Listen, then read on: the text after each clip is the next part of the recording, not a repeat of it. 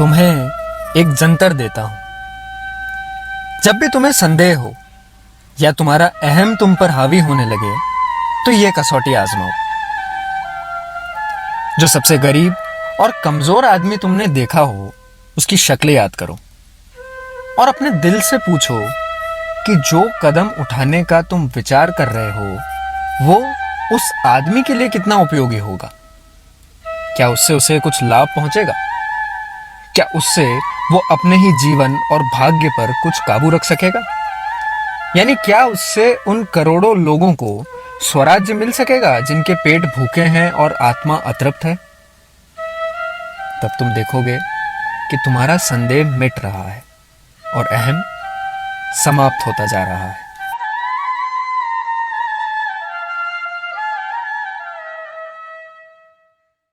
नमस्कार, स्वागत है आपका खबर 24 न्यूज़ चैनल के इस कार्यक्रम बापू और उनके आज़ादी में।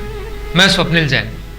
भारत में शिक्षा के अधिकार को मौलिक अधिकार माना गया है। शिक्षा की पहुंच हर बच्चे तक होनी चाहिए, तभी भारत संपूर्ण विकास की ओर बढ़ेगा। इस प्रगति के लिए अभी हाल ही में नई राष्ट्रीय शिक्षा नीति का मसौदा भी तैयार किया गया था। गांधी अपने 5 मुद्दों में एक जरूरी मुद्दा शिक्षा को भी मानते थे। भारतीय शिक्षा पर महात्मा गांधी के विचारों की छाप आपको नई राष्ट्रीय शिक्षा नीति में देखने को मिल जाएगी। गांधी के शिक्षा पर क्या विचार थे, आइए आपको इससे रूबरू करवाता हूं विनय लाल के एक लेख से, जो कि UCLA में इतिहास के प्रोफेसर हैं। लाल लिखते हैं कि एक जगह जहां तार्किक और समझदार दोनों सहमत होंगे कि शिक्षा व्यक्तियों, समुदायों और समाजों की प्रगति की प्राथमिक शर्त है, भले ही वे लोग उदार दृष्टिकोण के प्रति संवेदनशील ना हो। इस प्रकार हमारे लिए यह समझना जरूरी है कि शिक्षा को लेकर गांधी के क्या विचार थे। किसी भी दूसरे विषय की तरह इस विषय ने भी उनका ध्यान उतना ही खींचा, इसलिए शिक्षा को लेकर भी वे दृढ़, तार्किक और पूरी तरह से परंपरागत थे। गांधी जिस चीज के लिए भी खड़े हुए उसे नए भारत में भुलाया जा रहा है। आज के भारत में शिक्षा को लेकर भी उनके विचार निराशाजनक रूप से आदर्शवादी, पुराने जमाने के और ध्यान ना देने के काबिल बने हुए हैं। गांधीवादी लोगों ने उनकी शिक्षा को नई तालीम के तौर पर पेश किया। गांधी ने खुद इस शब्द का प्रयोग किया, लेकिन उन्हें इससे कोई मदद नहीं मिली। इस शब्द ने मध्य वर्गीय भारतीयों को परेशान कर दिया। उन्हें लगता था कि अगर नई तालीम का अनुसरण किया गया तो उन्हें कभी 2nd क्लास यूनिवर्सिटी में एडमिशन नहीं मिलेगा और Saint Stephen, JNU, Ashoka university, Britain या अमेरिका के बड़े विश्वविद्यालय तो दूर की बात है। सन 1930 में गांधी के जीवन की एक कहानी से मॉडर्न शिक्षा को लेकर उनके कट्टर संदेहवाद को बेहतर तरीके से समझा जा सकता है। एक अमेरिकी पादरी रेनरेंड मोट सेवाग्राम में कुछ दिन उनके पास रहने और चर्चा के लिए आए। अपने प्रवास के आखिरी समय में उसने गांधी के सामने 2 प्रश्न रखे। पहला, महात्मा मुझे बताइए कि वो क्या है जो 2 दशक के स्वतंत्रता संग्राम के बाद भी आपको उम्मीद देता है। गांधी ने दृढ़तापूर्वक उत्तर दिया, मुझे जो सबसे बड़ी चीज उम्मीद देती है वो है कि आज भी उकसावे के बावजूद कई भारतीयों का विश्वास अहिंसा में बना हुआ है। मोट ने अगला सवाल पूछा, और वो क्या है जो आपको डर और दुख से भर देता है? गांधी ने एक लंबा विराम लिया और कहा, जो मुझे सबसे ज्यादा दुखी करता है वो शिक्षितों की कठोर हृदयता है। इस बात की संभावना आज ज्यादा है कि गांधी अपने साथी भारतीयों के अहिंसा में विश्वास के अनुपालन पर सवाल उठाएं, लेकिन ये बात ध्यान देने वाली है कि जब पढ़ा लिखा समुदाय बहुत कम था तब से ही गांधी औपचारिक शिक्षा के मूल्यों और उपयोगिता पर संदेह करते थे। कुछ लोगों का मानना यह था कि सिर्फ एक पाखंड था। गांधी ने खुद लंदन में उच्च शिक्षा हासिल की, लेकिन अपने 2 बेटों को ऐसा नहीं करने देना चाहते थे। जिस वक्त गांधी और कांग्रेस स्वदेशी संस्थाओं का प्रचार कर रहे थे, उस वक्त वे अपने बच्चों को उच्च शिक्षा के लिए लंदन भेजने में असमर्थ थे। लेकिन गांधी ये सब राजनीतिक रूप से सही दिखने के लिए नहीं कर रहे थे, बल्कि ये उनका उच्च शिक्षा को लेकर अपना अनुभव था, जिसके कारण उन पर यह नैतिक जिम्मेदारी थी कि वे कथित लाभ को सबके सामने लाएं। गांधी जी ने मॉडर्न शिक्षा को जो समझाई, इसमें कई सारे ऐसे विच्छेद हैं जो कि एक व्यक्ति के नैतिक मूल्यों और पूर्ण अस्तित्व के लिए घातक है। इस तरह की औपचारिक शिक्षा जो बच्चों के स्कूल जाने के साथ ही शुरू हो जाती है और आगे के सालों में भी बढ़ती जाती है, विश्वविद्यालय की शिक्षा में इसका सबसे ज्यादा असर देखने को मिलता है। इस तरह की शिक्षा मस्तिष्क और हृदय के बीच, मन और शरीर के बीच, बौद्धिक कार्य और शारीरिक श्रम के बीच, तर्क और भावना के बीच, सोच और भावना के बीच के अंतर को बढ़ाती है। उन्होंने अक्सर कहा कि मस्तिष्क को हाथ के माध्यम से शिक्षित किया जाना चाहिए। अगर मैं एक कवि होता तो पांचों उंगलियों की संभावनाओं पर कविता लिखता। हरिजन 18 फरवरी 1939 में गांधी ने इस बात को लिखा। गांधी लगातार इस बारे में लिखते रहे। 22 अक्टूबर 1937 को वर्धा शिक्षा सम्मेलन में उन्होंने कहा, जब मैं ये कहना चाहता हूं कि जो भी बच्चों को पढ़ाया गया है वो सब कुछ व्यापार या हस्तकला के जरिए ही पढ़ाया जाना चाहिए था। साथ ही गांधी उन लोगों की आपत्तियों पर आशंका जाहिर करते हैं जो कहते हैं कि आधुनिक दुनिया में सिर्फ एक तरह की हस्तकला सीखना व्यर्थ है। इसके लिए गांधी ये तर्क देते हैं कि हम हस्तकला के साथ ज्ञान को भी बढ़ावा देना चाहते हैं। एक तरफ गांधी जहां शिक्षित लोगों की कठोर हृदयता की बात करते हैं, वहीं दूसरी तरफ वो ये भी जानते थे कि मॉडर्न शिक्षा व्यवस्था गरीबों और पीड़ितों के करुणा या सहानुभूति के लिए नहीं है। शिक्षा एक अर्थशास्त्री को ये तो बता सकती है कि गरीबी को कैसे हटाना है, लेकिन वो ये नहीं समझा सकती कि गरीब कैसा महसूस करते हैं। इससे पहले कि अर्थशास्त्री को सही स्थिति पता चले, गरीबों की स्थिति संख्याओं और कपोल कल्पनाओं के बीच रह जाती है। इस सब में गरीबी का सही मतलब कभी पता चल ही नहीं पाता। साथ ही साथ अर्थशास्त्री को शायद खुद के अनुशासन की गरीबी देखनी चाहिए। असफल होने के बावजूद गांधी ने शिक्षा को लेकर कभी हार नहीं मानी।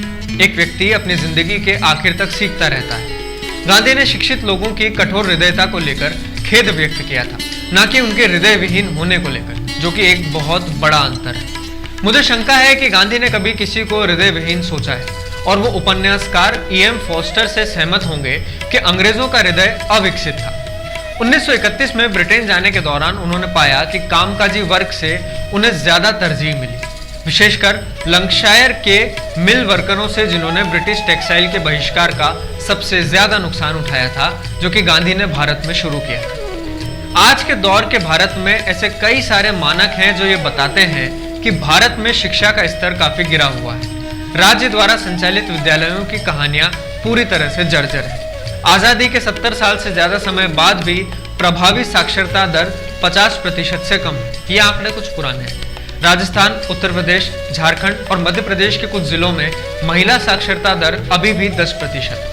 सबसे अच्छे सार्वजनिक विश्वविद्यालयों को हटा दिया जाए तो जो कुछ बता है वो उत्कृष्टता के पुरस्कारों का एक दिखावा है। गांधी के विचार में जो कुछ भी था वो आज नहीं हो रहा है। मैं तो ये सोचता हूँ कि आज की कठोर हृदयता को वो कैसे समझते, बिना किसी गलती के। भारतीय शिक्षा की जो सबसे बड़ी समस्या है कि इसका केंद्र अविकसित हृदय है। इस लेख में जो सबसे जरूरी बात लिखी गई है कि शिक्षा हमें ये तो बता देगी कि गरीबी कैसे मिटानी है, लेकिन हम ये महसूस करवाने में असमर्थ रहेगी कि एक गरीब कैसा महसूस करता है। जब मैं शिक्षा शब्द का इस्तेमाल कर रहा हूं तो इसका मतलब है औपचारिक शिक्षा।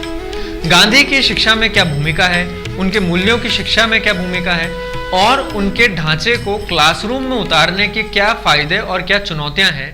नमस्कार, मैं योगेश। बापू और उनकी आज़ादी कार्यक्रम के तहत आज हम एक स्कूल में आए हैं।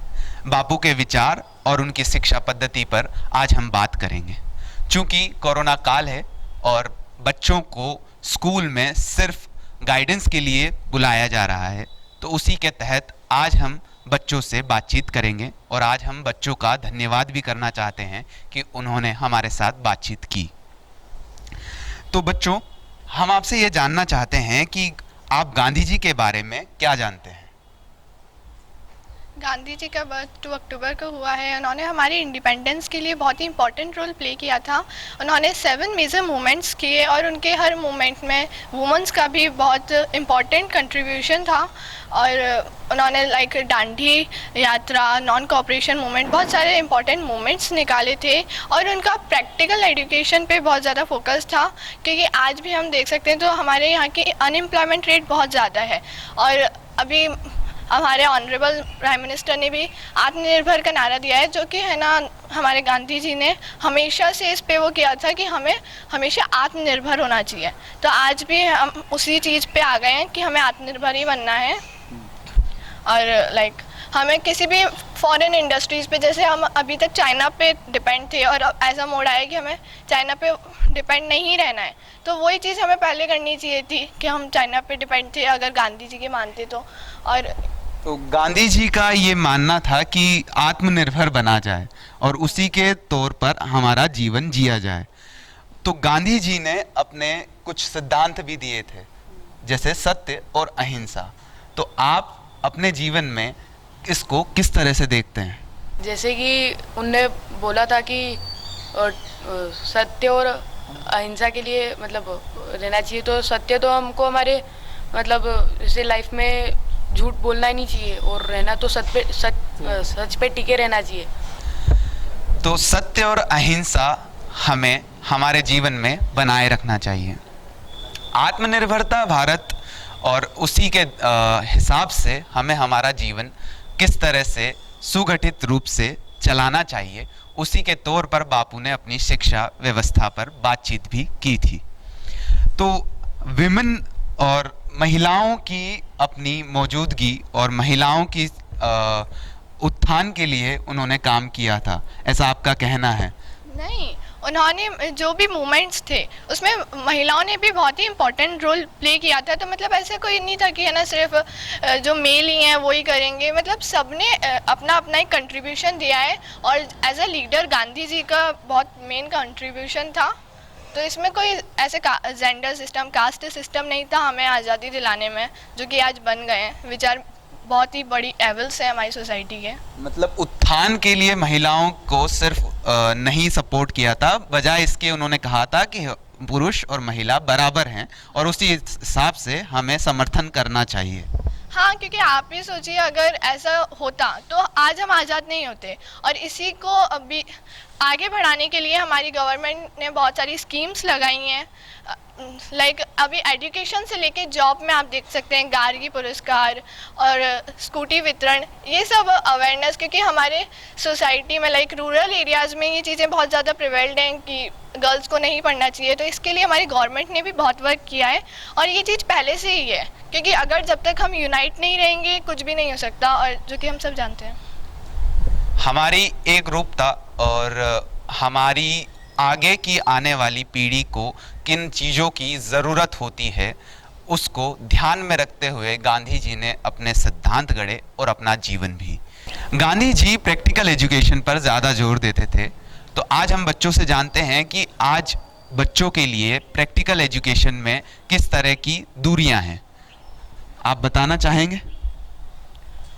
दूरियां तो बहुत है, लेकिन मतलब अभी इस टाइम में तो कोरोना चल रहा है, मतलब तो उस हिसाब से स्मार्टफोन की वजह से तो प्रैक्टिकल कुछ हो ही नहीं पाता, घर से बाहर भी ज़्यादा घूम नहीं सकते, तो प्रैक्टिकल तो अभी कुछ हो नहीं पाता है और फिज़िकल वर्क तो ज़्यादा होता ही नहीं है। बस घर में एक्सरसाइज वगैरह, थोड़ा बाहर खेलना भी जा नहीं सकते अभी तो बस अभी फ़ोन जैसे स्मार्टफोन्स में पढ़ रहे हैं, तो उसकी वजह से भी बहुत प्रॉब्लम आती है फिज़िकल। और अगर हम ये कहें कि कोरोना दौर को हम अभी हटा दें, तो उसके बाद जब आम जीवन जब पहले जैसा था हमारा और आगे भविष्य में वैसा होगा, तो हम उसमें किस तरह से चीज़ें देखते हैं? मतलब उसमें भी ज़्यादा वैसे प्रैक्टिकल तो होता नहीं है, क्योंकि मतलब स्कूल में तो थ्योरेटिकल पढ़ाते हैं, तो बस लिखने में काम में आता है, बोलने में काम में आता है, लर्न करने में काम में आता है, लेकिन ज़्यादा प्लेग्राउंड में भी जाने नहीं देते हैं। और उन चीज़ों से, प्रैक्टिकल चीज़ों से हम नहीं मिल पाते हैं या हम वो चीज़ें नहीं कर पाते हैं हमारे। तो हम जब स्कूल से बाहर जाते हैं, जब हम स्कूल से बाहर जाते हैं और घर की ओर होते हैं, तो हम स्कूल से बाहर होने के नाते हम थ्योरी से दूर होते हैं, जो चीज़ें हमें स्कूल में पढ़ाई जाती है उससे दूर होते हैं। तो किस तरह हम वहाँ पर थ्योरीज़ क्या हमें नज़र आती है, वो जो स्कूली पढ़ाई है क्या वो हमें वहाँ नज़र आती है? जी नहीं, ऐसा तो नहीं है। ऐसा मुश्किल होता है? मुश्किल होता है, बहुत मुश्किल होता है। इसके बारे में, प्रैक्टिकल एजुकेशन के बारे में आपके क्या विचार हैं? प्रैक्टिकल एजुकेशन बहुत इंपॉर्टेंट है, क्योंकि आज हम अनएम्प्लॉयमेंट है, क्योंकि सब बस एक ही चीज़ बुक्स पढ़ ली, हम पढ़ चुके हैं। और जैसे नहीं पढ़ी तो लाइक कोई ये नहीं सोचता कि है ना हमें खुद कुछ स्टार्टअप करना चाहिए, कि कुछ करना चाहिए, क्योंकि उनमें स्किल्स ही नहीं है। और उनकी गलती नहीं है ना, उनमें स्किल्स डेवलपमेंट ही नहीं हुई। जैसे कि अब स्कूल में सिर्फ होमवर्क टेस्ट, ऐसा कोई स्किल डेवलपमेंट कुछ होता नहीं है। कि अगर हो सकता है बच्चे का पढ़ाई में ध्यान नहीं है, किसी और चीज़ में, तो उसे डफर मान लेते हैं। बट ज़रूरी थोड़ा ना कि जिसका पढ़ाई में ध्यान नहीं है वो डफर हो सकता है वो अदर एक्टिविटीज़ में हो और उसकी ये स्किल्स निखर नहीं पाती हैं, क्योंकि ऐसी एक्टिविटीज़ होती ही नहीं है।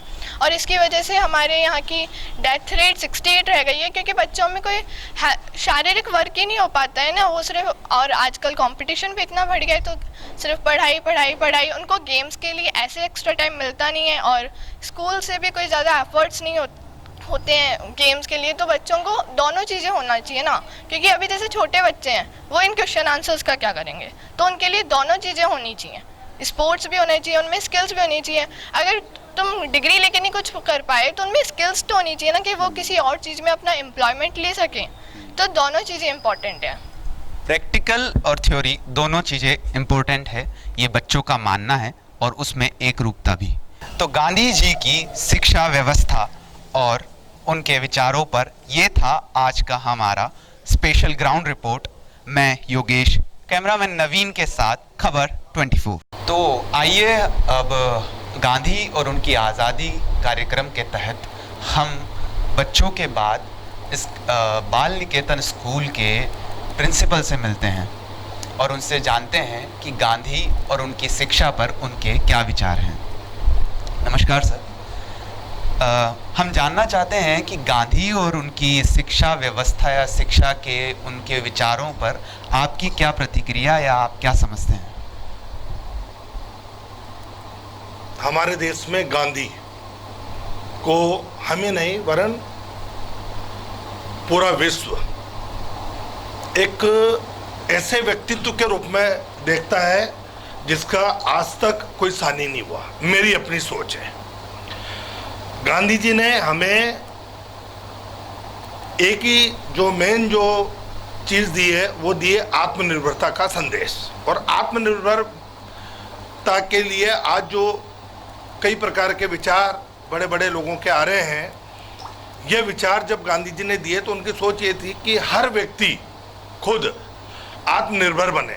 उसका प्रतीक आप देखो, वो उस ज़माने में भी जब उनको ये देखा गया कि ब्रिटिश साम्राज्य ने जब कपड़ों के बारे में हमारे इंडिया की आर्थिक संपन्नता को नष्ट करना चाहा, तो उन्होंने खुद ने ही प्रत्येक लोगों को मन में और दिल में ये जगह अलग जगाई कि आप स्वयं 2 घंटे प्रतिदिन कार्य करें और आत्मनिर्भर बने। तो गांधी जी का तो अपना एक रोल मॉडल है ही है। और मैं अब कई बार अपने आप में सोचता हूँ कि गांधी जी ने हमारे देश में आम जन को जो सबसे बड़ी चीज़ दी है वो एक नम्रता का पाठ पढ़ाया है कि हम हमारे जीवन में जो क्रोध है, जो गुस्सा है, जो अभी आप वर्तमान में देखते हैं, मैं खुद इस एजुकेशन में 30 से 35 साल से जुड़ा हुआ हूँ। बच्चों की सोच देखकर मुझे खुद को लगता है कि हम कितने संस्कार विहीन हो गए। और जबकि हमारा देश जब आज़ाद हुआ था और उस आज़ादी के जो प्रणेता रहे गांधी जी, उन्होंने हमें उस वक्त क्या दिया था और आज हम किस दिशा की ओर जा रहे हैं, बड़ा मुझे दोनों में कंपैरिजन करने में बड़ा दुख और असहाय महसूस करता हूँ। तो उस वक्त जब गांधी जी ने अपने सिद्धांत दिए सत्य और अहिंसा, और आज के बच्चे और आज की पीढ़ी को देखकर आपको उन दोनों में सामंजस्य या एक रूपता नहीं नज़र आती है, बिल्कुल। तो उसके लिए आप शिक्षा में किस तरह के कुछ प्रयत्न करते हैं ताकि वो बच्चे उस चीज़ को समझें और अपनाने की कोशिश तो करें?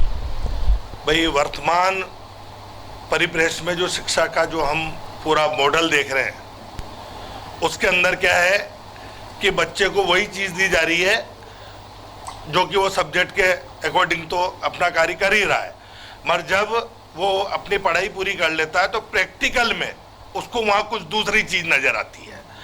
अब ये तो होगी पढ़ाई से संबंधित, मगर प्रश्न ये आ रहा है कि बच्चा बचपन से ही जो पहले जॉइंट फैमिलियाँ थी, एक जुड़ता थी, वो चीज़ अब करते करते ये स्थिति हो गई, मैं मेरे बच्चे बस, कौन पेरेंट्स, कौन मेरे रिलेटिव्स, ये जो सब चीज़ें बन रही है, इसके पीछे मेरा अपना मत है मोरलिटी का पूर्ण रूपेण ह्रास हो चुका है। तो हमें वर्तमान में संस्कार पर अत्यधिक जोर देना चाहिए। पारिवारिक अनुभव जो एक जॉइंट फैमिली में होते हैं, उससे बच्चा अलग रह जाता है। न्यूक्लियर फैमिलीज जो अलग एक एक सिंपल फैमिली हो चुकी हैं जिनमें इंसान सिर्फ अपने बच्चों के लिए काम करता है। जो हम जिस तरफ भारत हमारा बढ़ रहा है उसमें हम ये देखते हैं कि किस तरह से बच्चा उन अनुभवों से विहीन रहता है जो जॉइंट फैमिली उसे दे सकती है, और वैसे ही उन अनुभवों से विहीन होने की वजह से वो अपने शिक्षा की जो पूर्णता है उस तक पहुंचने में उससे बाधा होती है। अच्छा, और आपसे हम ये भी जानना चाहते हैं कि सत्य और अहिंसा जो उनके सिद्धांत थे, जो मूलभूत सिद्धांत जिन पर गांधी जी सोचते थे और काम करते थे, वो आज के समाज में, जिस समाज में हमारी नई पीढ़ी बच्चे भविष्य में आगे बढ़ रहे हैं और बड़े हो रहे हैं, उस समाज में आपको कितना नज़र आता है? ये तो अब वर्तमान में तो इस चीज के बारे में अपन अगर गौर से देखें तो ये तो गौण नजर आता है। कहीं सत्य और अहिंसा का कहीं कोई वो बात ही नहीं रह पा रही है। मगर प्रश्न ये आ रहा है कि इन चीज़ों को डेवलप करना है, और इन चीज़ों को अगर अपन डेवलप करेंगे तभी हम हमारे देश को आगे बढ़ा सकेंगे। अन्यथा हमारे देश की जो स्थिति है, मैं अगर फॉरेन के अन्य मतलब विश्व के अन्य देशों से हमारे देश की तुलना करें तो हमारा देश वास्तव में विश्व में एक अनोखा देश है, सर्वधर्म संभाव वाला देश है। मगर जो स्थितियां अब हमारे देश में बनने लगी है, पाश्चात्य संस्कृति जो हमारे देश में अब, पहले तो वो सिटीज में थी, अब वो गांव-गांव में बढ़ती जा रही है। इससे हमारा देश अब बहुत पीछे की ओर बढ़ रहा है, आगे की ओर नहीं बढ़ रहा, ऐसा मेरा मानना है। खुद की संस्कृति को पीछे रखकर किसी और की संस्कृति को अपनाना और उससे अपने और विचारों में आपसी काफ़ी दूरी हो जाती है बच्चों में, ऐसा आपका मानना है? अच्छा, तो ये जितना भी मेल, अगर हम जैसे गांधी जी कहते थे कि आज की जो मॉडर्न शिक्षा है, जो नई शिक्षा नीतियां हैं या नई शिक्षा की तरीके हैं, वो अनुभव और विचार के स्तर पर बच्चों को या इंसान को अलग रखते हैं और दूर करते हैं। तो ये आपको लगातार देखने को मिलता है? बिल्कुल।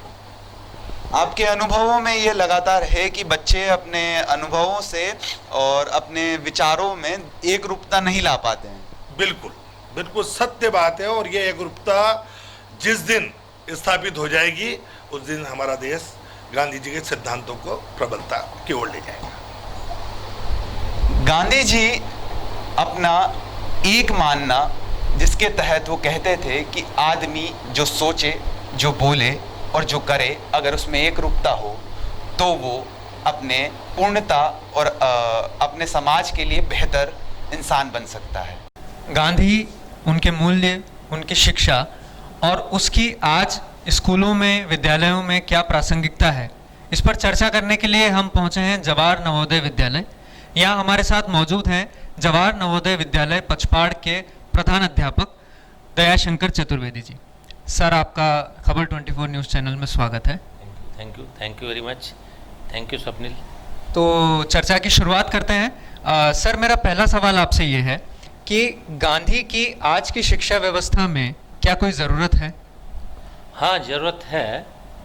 गांधी जी ने बुनियादी शिक्षा पर जोर दिया है, जिसका वास्तविक अर्थ है कि बच्चे की सीख पर जोर हो, ज्ञान पर जोर हो, आपका न कि रोट लर्निंग पर जोर हो। सीख से, ज्ञान से व्यक्तित्व का विकास होता है। इसलिए गांधी जी की जो शिक्षा की अवधारणा थी वो आज के परिप्रेक्ष्य में पूर्णतः चरितार्थ है। सर, मेरा दूसरा सवाल है कि सत्य और अहिंसा के जो उनके मूल्य हैं को अगर शिक्षक और बच्चे दोनों ही अगर शिक्षा में उतारें या अपने जीवन में उतारें तो इससे क्या कोई फायदा होगा?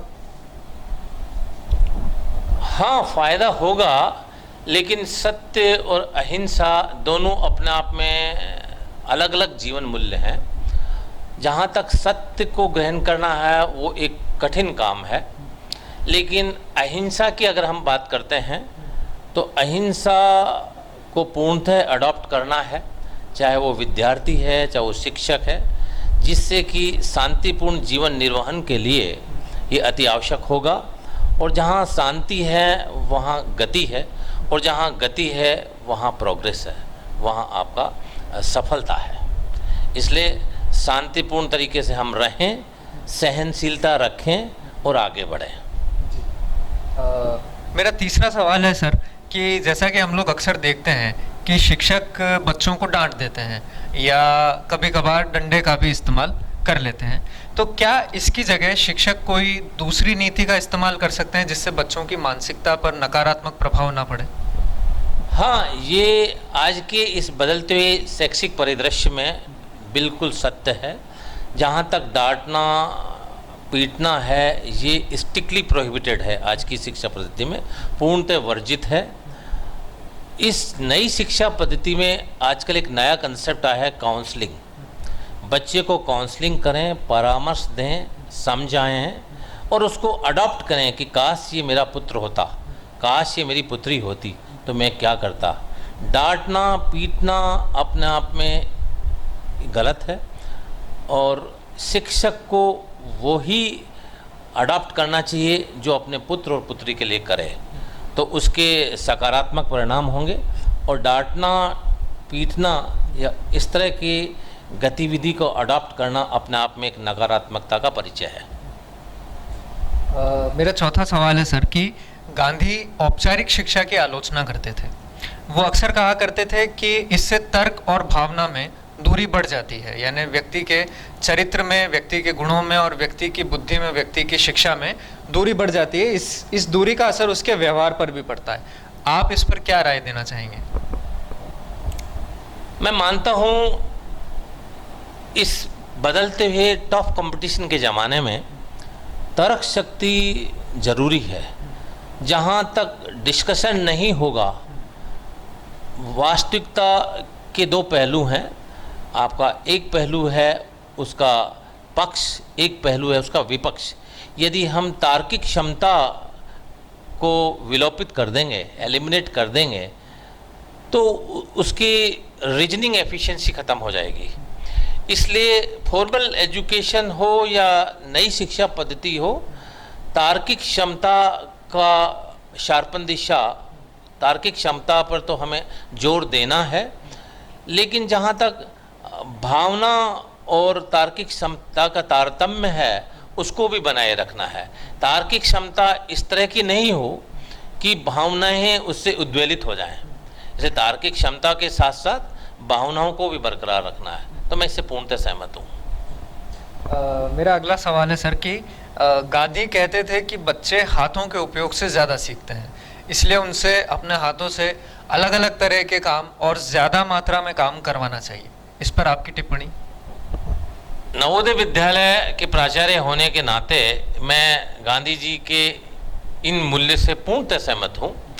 हम भी हमारे बच्चों को हाथ के कार्य से तात्पर्य है उनकी प्रतिभा को तराशना, कि जो उनमें टैलेंट है, यदि हम चाहे वो सफाई अभियान हो, चाहे वो पेड़ लगाना हो, चाहे फुलवारी हो, चाहे बागवानी हो, चाहे पेंटिंग हो, या किसी संगीत के उपकरण से खेलना हो, संगीत के उपकरण से आपका चलाना हो, हारमोनियम बजाना हो, चौक बनाना हो, मोमबत्ती बनाना हो, ये सब उसके हैंड प्रोडक्ट हैं आपका। यानी कि इडगर गोल एक्सपीरियंस कहता है आपका बीएड में, जो टीचर्स लोगों को भी सिखाया जाता है कि यदि हाथ के प्रतिभा को निखारा नहीं गया आपका, तो शिक्षक की एक अवधारणा अधूरी रह जाती है। इसलिए बच्चों को हाथ का काम से तात्पर्य उनकी हर होलिस्टिक डेवलपमेंट के लिए प्रतिभा को निखारा जाए।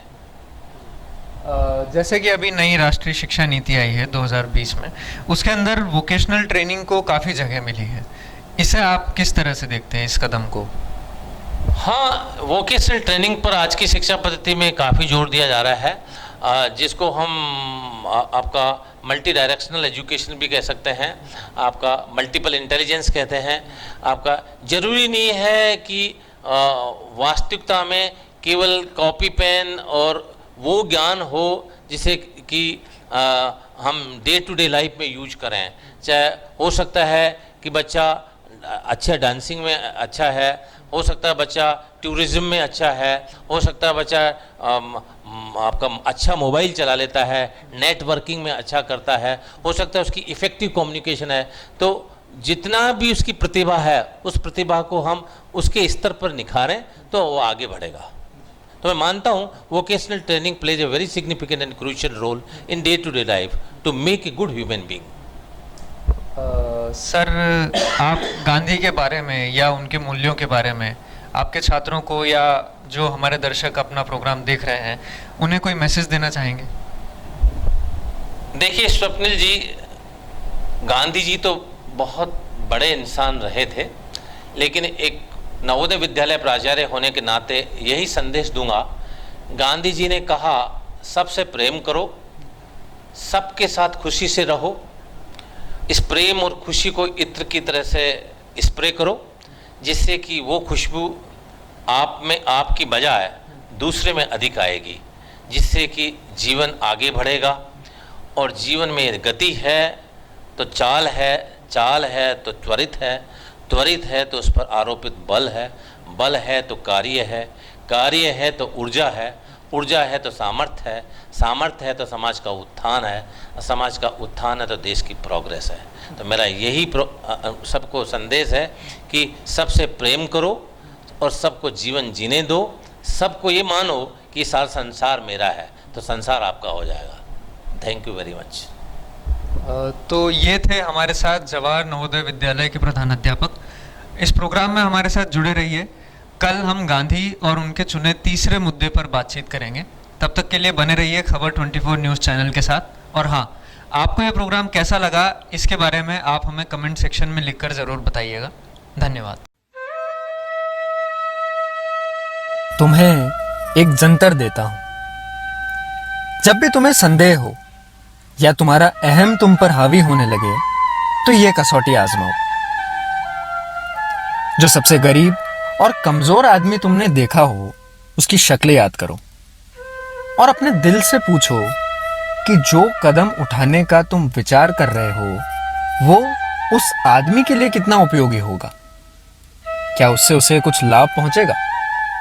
क्या उससे वो अपने ही जीवन और भाग्य पर कुछ काबू रख सकेगा? यानी क्या उससे उन करोड़ों लोगों को स्वराज्य मिल सकेगा जिनके पेट भूखे हैं और आत्मा अतृप्त है? तब तुम देखोगे कि तुम्हारा संदेह मिट रहा है और अहम समाप्त होता जा रहा है।